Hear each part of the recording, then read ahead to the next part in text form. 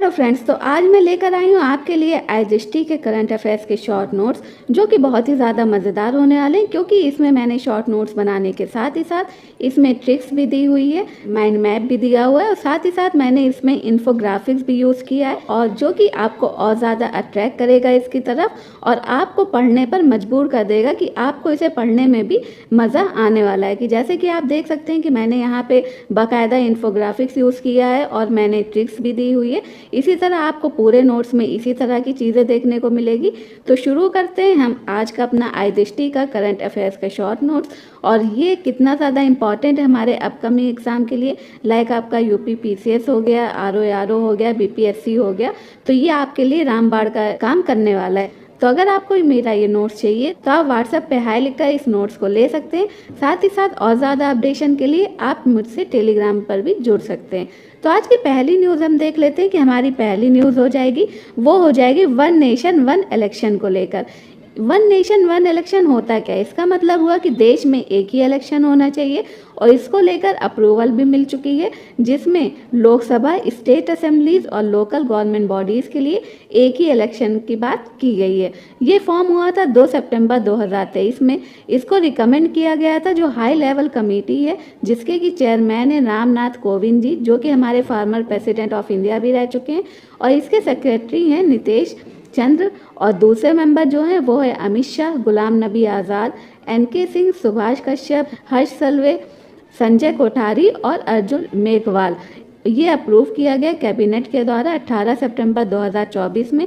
इसको 2 फेज़ में कराने की बात की गई है। इसका मतलब ये हुआ कि पहला फेज़ जो होगा उसमें लोकसभा और असेंबली इलेक्शंस कराए जाएंगे और दूसरे फेज़ में जो लोकल बॉडी इलेक्शन है उसको कराया जाएगा। लेकिन ये लोकसभा और स्टेट असेंबली के 100 दिन के अंदर ही अंदर लोकल बॉडी इलेक्शंस को भी करवाना रहेगा। कुछ अमेंडमेंट जो इसके लिए रिक्वायर्ड है वो है, इसमें अमेंड किया जाएगा आर्टिकल 83 और 172 को। ऑलरेडी मैंने ये सब अपने पॉलिटी के नोट्स में कवर कर दिया है। तो आप अगर मेरे व्हाट्सएप पे जाएंगे तो आपको सारे नोट्स वहाँ पे अवेलेबल है, आप वो ले सकते हैं और टेलीग्राम पे भी आपको ये मिल जाएगा। और साथ ही साथ इसमें एक आर्टिकल भी ऐड करने की बात की गई है, जो कि है आर्टिकल 82A। अब ये कमेटी अपनी रिपोर्ट को सबमिट कहाँ करेगी? तो ये कमेटी अपने रिपोर्ट को सबमिट करेगी president of India Draupadi Murmu ji के पास। साइमल्टेनियसली जो इलेक्शंस हैं तो क्या वो अभी शुरू हुए हैं कि पहले भी हो रहे थे? तो ये आप ज़रूर याद रखिएगा कि इंडिपेंडेंट इंडिया में जब पहली बार इलेक्शन हुआ था 1951 और 52 में, तब साइमल्टेनियसली इलेक्शंस ही हुए थे। और ये कब तक हुए थे? 1967 तक। तो ये अगर आपके लिए क्वेश्चन आ जाए कि साइमल्टेनियसली जो इलेक्शंस है वो पहले नहीं हुए, तो आपका गलत हो जाएगा, क्योंकि उससे पहले भी वो इलेक्शन हो रहे थे। अब कुछ ऐसी कमिटीज़ हैं जो कि इसके लिए आई थी, जैसे लॉ कमीशन ने 1999 में अपनी 170th रिपोर्ट में बोला था कि एक इलेक्शन होना चाहिए लोकसभा और लेजिस्लेटिव असेंबली का 5 साल में। और इसी तरह पार्लियामेंट्री कमेटी ने अपनी 79 रिपोर्ट में बोला था, जो कि 2015 में आई थी, साइमल्टेनियस इलेक्शन को 2 फेजेस में होना चाहिए। अब हम बात कर लेते हैं अपनी नेक्स्ट न्यूज़ की, जो कि हो जाएगी पीएम आशा। अब पीएम आशा का फुल फॉर्म क्या है? क्योंकि आपको पता है अगर आप सीरियस एस्पिरेंट हैं तो फुल फॉर्म भी बहुत आता है। तो पीएम आशा का हो जाएगा प्रधानमंत्री अन्नदाता आय संरक्षण अभियान, और ये लॉन्च हुई थी 2018 में। अब इसी का कॉन्टिन्यूएशन किया गया है कैबिनेट के द्वारा, और ये किया गया 18 सितंबर 2024 में। इसका ऑब्जेक्टिव क्या है? इसका ऑब्जेक्टिव है कि जो फार्मर्स हैं उनको सही दाम प्रोवाइड कराना उनकी फसल के लिए, साथ ही साथ जो इम्पॉर्टेंट कमोडिटीज़ है जो कि उसके दाम है उसको स्थिर रखना, स्टेबल रखना एमएसपी के थ्रू। और ये इसके लिए जो फाइनेंस किया गया वो 35,000 करोड़ का किया गया। और इसका टाइम पीरियड जो 15th फाइनेंस कमीशन की साइकिल है 2025-26 तब तक का है। अब इसमें कुछ स्कीम को भी कन्वर्ज किया गया, जैसे कि द प्राइस सपोर्ट स्कीम हो गया। तो प्राइस सपोर्ट स्कीम है क्या? तो प्राइस सपोर्ट स्कीम के अंतर्गत पल्सेस, ऑयल सीड और कोपरा आते हैं, और इसको जो डन किया और इसके प्राइसेस को जो डन किया जाता है central nodal agencies state government के साथ मिलकर करती है। दूसरा हो जाएगा प्राइस डेफिशिएंसी पेमेंट स्कीम। ये सारे उन ऑयल सीड को कवर करती है जिसकी एमएसपी मॉडिफाई हुई है। फिर है हमारा private procurement of stock list scheme. तो इसमें जो प्राइवेट प्लेयर्स हैं उनको भी अलाउ किया जाता है कि वो क्रॉप्स की प्रोक्योरमेंट के लिए पार्टिसिपेशन कर सकते हैं। अब हमारा आ जाता है 5 न्यू डिस्ट्रिक्ट्स इन लद्दाख, जो कि अनाउंस किया गया था होम मिनिस्टर अमित शाह के द्वारा। अमित शाह एक और मिनिस्ट्री के भी हेड हैं, तो आप कमेंट बॉक्स में बताइए कि वो मिनिस्ट्री कौन सी है। तो पहले तो लद्दाख क्या था, पहले तो लद्दाख जम्मू कश्मीर का पार्ट था और ये एक स्टेट के उसमें था। बाद में इसको यूनियन टेरेटरी बना दिया गया। यूनियन टेरेटरी के रूप में इसको जो इस्टेब्लिश किया गया वो किया गया 31 अक्टूबर 2019 में। और इसमें उस टाइम पे 2 डिस्ट्रिक्ट ली गई थी, जिसमें पहली थी लेह एंड कारगिल, और इन दोनों के पास अपनी ऑटोनॉमस हिल डेवलपमेंट काउंसिल भी है। अब 5 न्यू डिस्ट्रिक्ट को इंट्रोड्यूस किया गया, जिसकी आपकी ट्रिक हो जाएगी जैन ने चंद ड्रेस शाम मिली। अब जैन से आपका हो जाएगा जास्कर, ने से हो जाएगा निब्रा, चंद से हो जाएगा चांगथांग, ड्रेस से हो जाएगा ड्रास और शाम से हो जाएगा शाम। अब लद्दाख की डिमांड क्या है, तो लद्दाख की कुछ डिमांड है, जैसे कि उसकी डिमांड है कि लद्दाख को 6 शेड्यूल में आना चाहिए। तो जो आर्टिकल है इंडियन कॉन्स्टिट्यूशन का आर्टिकल 244 क्लॉज 2, तो उसमें इंडियन कॉन्स्टिट्यूशन के द्वारा जो ट्राइबल पॉपुलेशन है उसको प्रोटेक्शन देने की बात की गई है। और साथ ही साथ जो ऑटोनॉमस डिस्ट्रिक्ट काउंसिल है उसके भी क्रिएशन को अलाउ किया गया है। तो यहाँ के जो इन्वायरमेंटलिस्ट हैं सोनम वांगचुक, तो वो इसीलिए चाह रहे हैं 6 शेड्यूल में, ताकि यहाँ का जो हाई एल्टीट्यूड डेजर्ट है, जो अल्पाइन मीडोज है, जो ग्लेशियर्स है, उसको प्रोटेक्ट किया जा सके। और उसके साथ ही साथ लद्दाख जो है, यहाँ पे जो माइनिंग हो रही है, जो इंडस्ट्रियलाइजेशन हो रहा है ग्लेशियर रीजन में, उसको लेकर भी वो कंसर्न दिखा रहा है। इस वजह से वो चाह रहा है कि लद्दाख को 6 शेड्यूल में होना चाहिए। अब हम बात कर लेते हैं अपने नेक्स्ट उसकी, जो कि हो जाएगा सेमिकॉन इंडिया 2024 को लेकर। तो ये जो सेमिकॉन, एक सेकेंड थोड़ा सा वेट, ओके। तो ये जो सेमिकॉन इंडिया 2024 है, ये इनॉग्रेट हुआ था पीएम मोदी जी के द्वारा। कहाँ पे हुआ था, ग्रेटर नोएडा न्यू दिल्ली में। इसका ऑब्जेक्टिव क्या है, इसका ऑब्जेक्टिव है सेमीकंडक्टर मार्केट में इंडिया को ग्लोबल हब की तरह रिप्रेजेंट करना। इसकी थीम क्या है, शेपिंग द सेमीकंडक्टर फ्यूचर।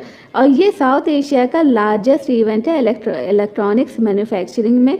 और महाराष्ट्र को तो चिप मैन्युफैक्चर प्रोजेक्ट भी मिल गया है, और वो काम कर रहा है अडानी ग्रुप, इजराइल बेस्ड जो कंपनी है टॉवर, उसके साथ मिलकर। अब सेमिकॉन जो इंडिया प्रोग्राम है, तो इसमें जो है फाइनेंस किया गया वो 76,000 करोड़ किया गया है।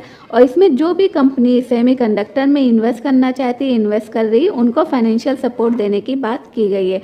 और पीएम मोदी जी ने भी कहा है कि वर्ल्ड में 20% जो कंट्रीब्यूशन है सेमीकंडक्टर डिज़ाइन करने में, वो इंडिया का है। अब इसमें कुछ स्कीम्स भी आती है, और इस स्कीम्स को आप सोचेंगे हम लोग कैसे याद करें, तो सबका आपको एक कीवर्ड्स याद करना है। जैसे सेमीकंडक्टर तो आपको सब में देखने को मिल रहा है, लेकिन उसका कीवर्ड्स क्या है ये आपको याद करना है। जैसे सबसे पहले हो जाएगा semiconductor fabs and display fabs, तो ये आपका कीवर्ड्स हो जाएगा फैब्स एंड डिस्प्ले फैब्स। दूसरा हो जाएगा सेमीकंडक्टर डिज़ाइन कंपनी, जिसमें आपका दूसरा कीवर्ड हो जाएगा डिज़ाइन। थर्ड आपका हो जाएगा compound semiconductor silicon photonics sensor including MEMS fabs discrete semiconductor fabs ETC. तो इसमें से आप कोई भी अपना कीवर्ड्स ले सकते हैं, जैसे कि मैंने फोटोनिक्स ले लिया क्योंकि वो थोड़ा सा हो सकता है आपको कंफ्यूज करें ये सब को करके। उसके बाद सेमीकंडक्टर लेबोरेटरी, जिसमें आपका लेबोरेटरी हो जाएगा। और लास्ट आपका हो जाएगा इंडिया सेमीकंडक्टर मिशन। तो ये आपकी स्कीम है जो कि इसके अंतर्गत आती है। अब यूएसए और इंडिया की पार्टनरशिप भी हुई है, और क्यों हुई है, क्योंकि सेमीकंडक्टर सप्लाई चेन की जो अपॉर्चुनिटी है उसको और ज़्यादा एक्सप्लोर करना। और ये जो पार्टनरशिप हुई है वो किसके अंडर में हुई है, वो है international technology security and innovation, जो कि क्रिएट किया गया था चिप्स एक्ट 2022 के द्वारा। अब चिप्स एक्ट 2022 है क्या, तो ये चिप्स आपकी खाने वाली तो है नहीं। इस चिप्स का मतलब हो जाता है the creating helpful incentives to produce semiconductor, जिसका उद्देश्य क्या है, इसका उद्देश्य है मैन्युफैक्चरिंग की तरफ यूएसए को आकर्षित करना। फिफ्थ करंट अफेयर्स हो जाएगा, वो हो जाएगा कि कैबिनेट ने 7 स्कीम को अप्रूव किया है, जिससे कि फार्मर की जो लाइफ है वो इम्प्रूव अब कैबिनेट ने 7 स्कीम को अप्रूव किया जिससे कि जो फार्मर्स की लाइफ है उसको इम्प्रूव किया जा सके। तो इसमें जो टोटल आउटले है वो 14,235 करोड़ का है। इसमें कुछ की स्कीम्स है, जैसे कि मैंने बोला कि आपको सबका कीवर्ड्स याद करना है। तो जिसमें सबसे पहले स्कीम हो जाएगी डिजिटल एग्रीकल्चर मिशन। तो डिजिटल एग्रीकल्चर मिशन में आप डिजिटल एग्रीकल्चर को ले सकते हो। इसमें जो दिया गया वो 2817 करोड़ दिया गया और इस टेक्नोलॉजी को यूज़ किया जाएगा फार्मर की जो लाइफ है उसको इम्प्रूव करने के लिए, जिसके लिए उन्होंने 2 फंडामेंटल पिलर्स दिए हैं। एक है आपका एग्री स्टेक और दूसरा है कृषि डिसीजन सपोर्ट सिस्टम।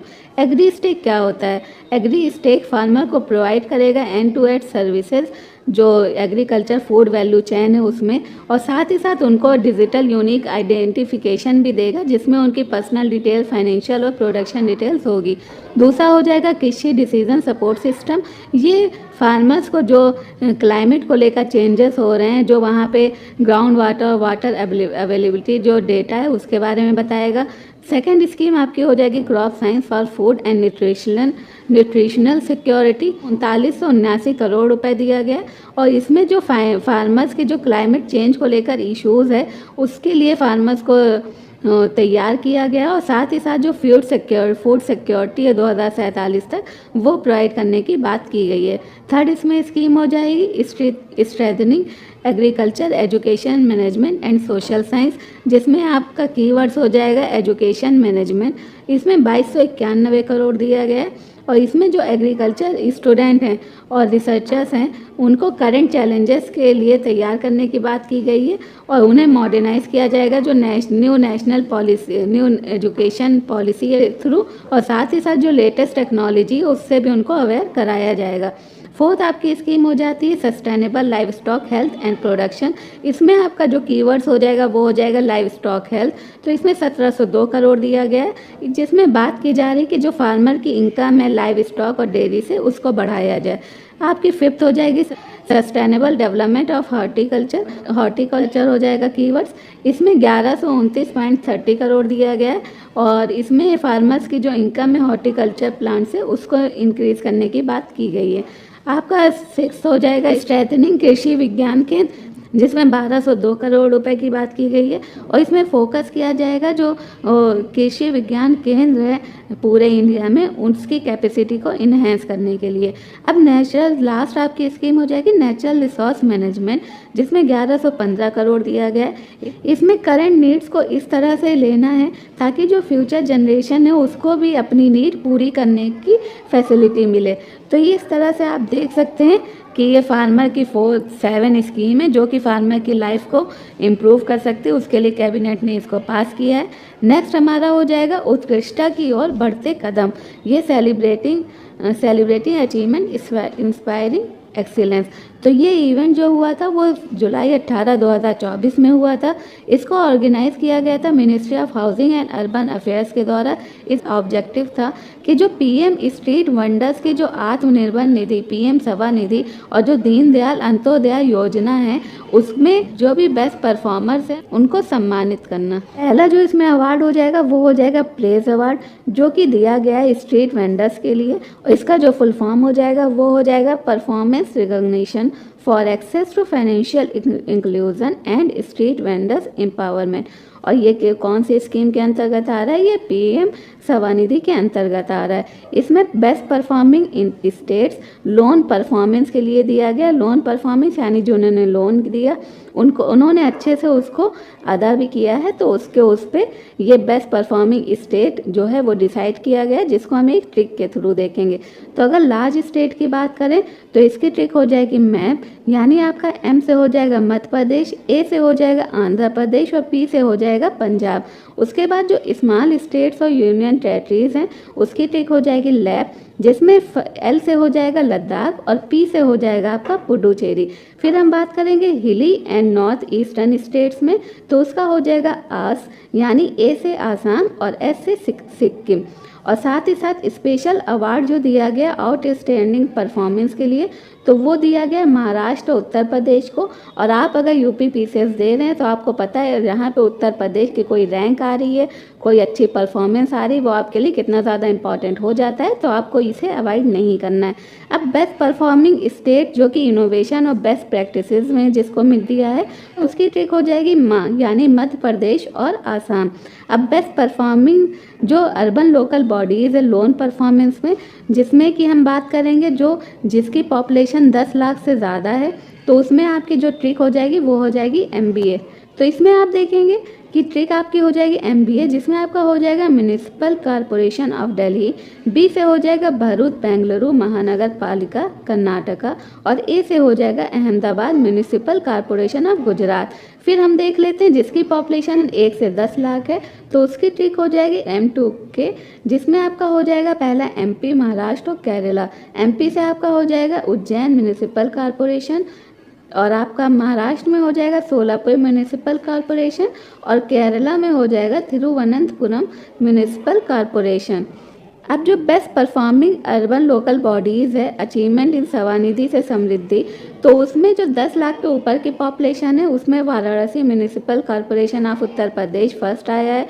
उसके बाद आपकी जो मेजर सिटीज़ है जिसकी पॉपुलेशन 1 से 10 लाख है, तो उसमें आपका झांसी उत्तर प्रदेश, काकीनाडा आंध्र प्रदेश से, और खरगोन जो है वो मध्य प्रदेश से इसको रैंक मिली है।